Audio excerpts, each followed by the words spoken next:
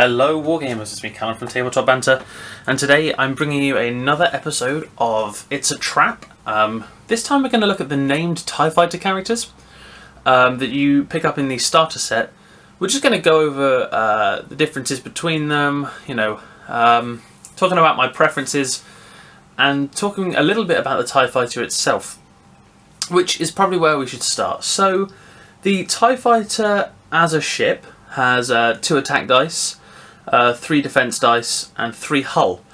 No shields, but it's the kind of defense dice that you're really banking on. It's the being hard to kill. Obviously with evade, barrel roll, and focus as actions, this is kind of showing off their maneuverability and ability to avoid oncoming shots. And that's pretty much what there is to the TIE Fighter. It's not an expensive ship when we look at the likes of the X-Wing that you get in the starter set. And this is what I'm going to talk about today. These kind of like, these little 1-point steps that we see in ships. So we'll start, of course, with just the simple, I'm talking named characters, but what you need to know about the best unnamed character you can get for a TIE Fighter of this design is the Black Squadron Pilot TIE Fighter. He is 14 points, so he has 1 less than this ship over here, Nightbeast. And obviously he doesn't have a special ability here. But to also put that into perspective, you can give him the pilot upgrades, the elite upgrade thing, such as determination, etc., which is one of the ones you get in the main pack.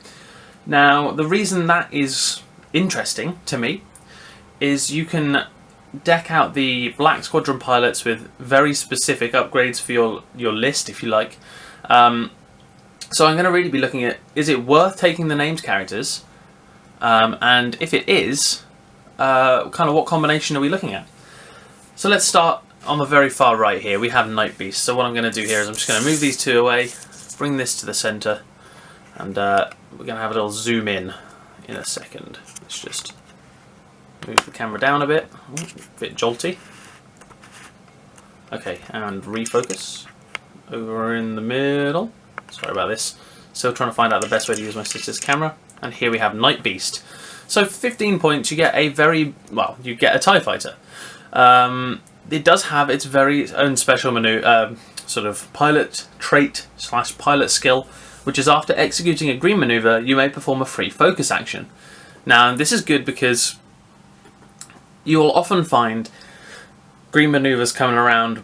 I think I've used more green maneuvers than anything else, but that's because I like to play R2-D2 in Skywalker, so that might just be because of a habit I picked up already.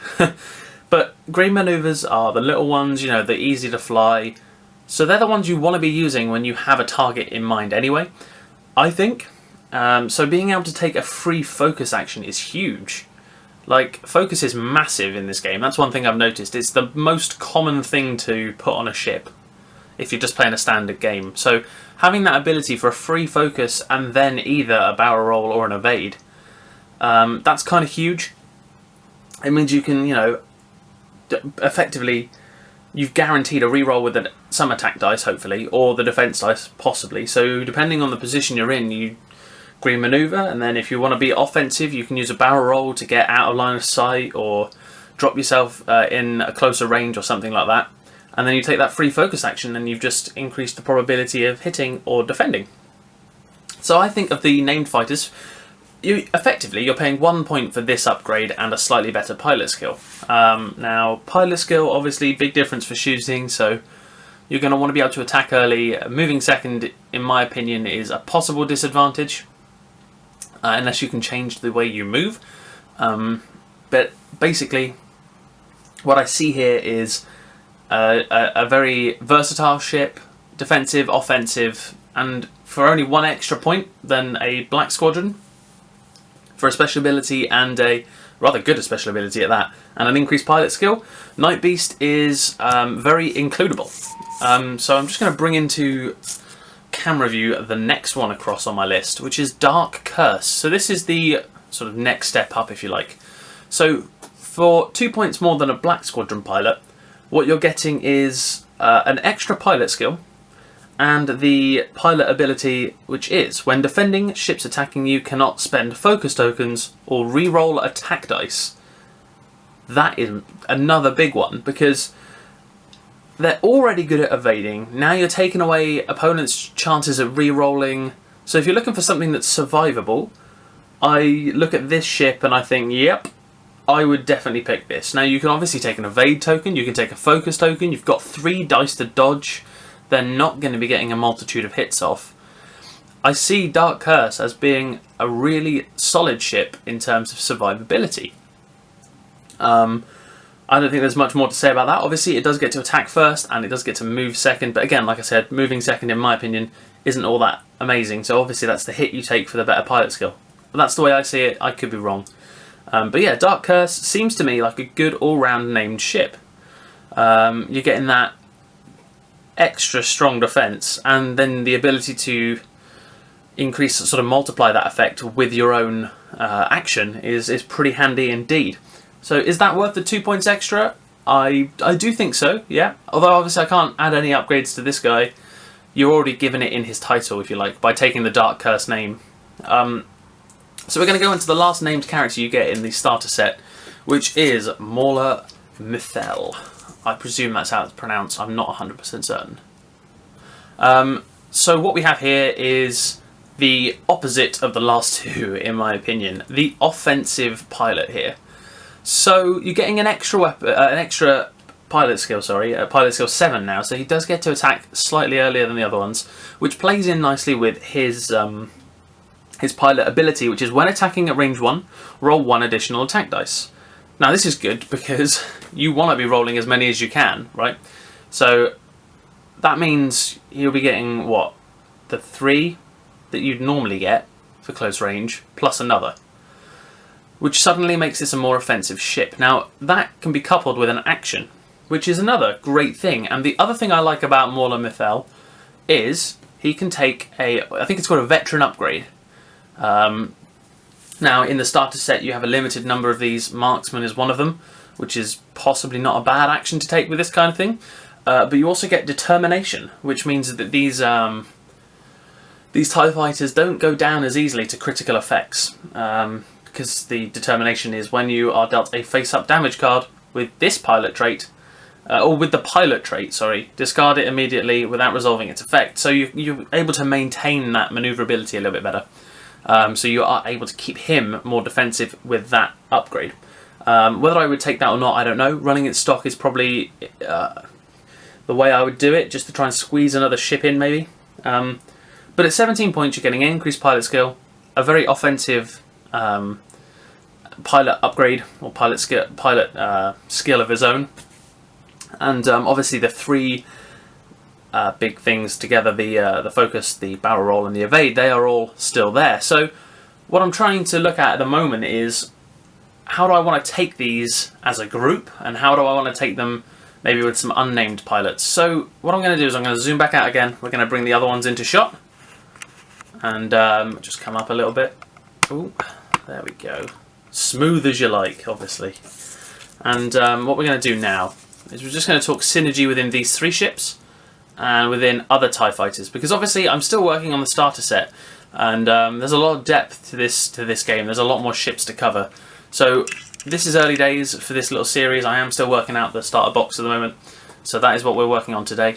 And we're going to look at these 3 cards. So what kind of combinations with these 2 TIE fighters do I think would be best suited for a game out of the box?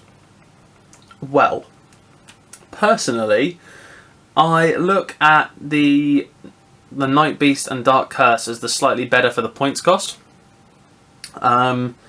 Especially when it comes to this double action job you can do, which is pretty handy considering you can focus and then extra movement and stuff. And that is an all-round, like a well-rounded ship right there, which is why I think Nightbeast would be my include pretty much off the hop.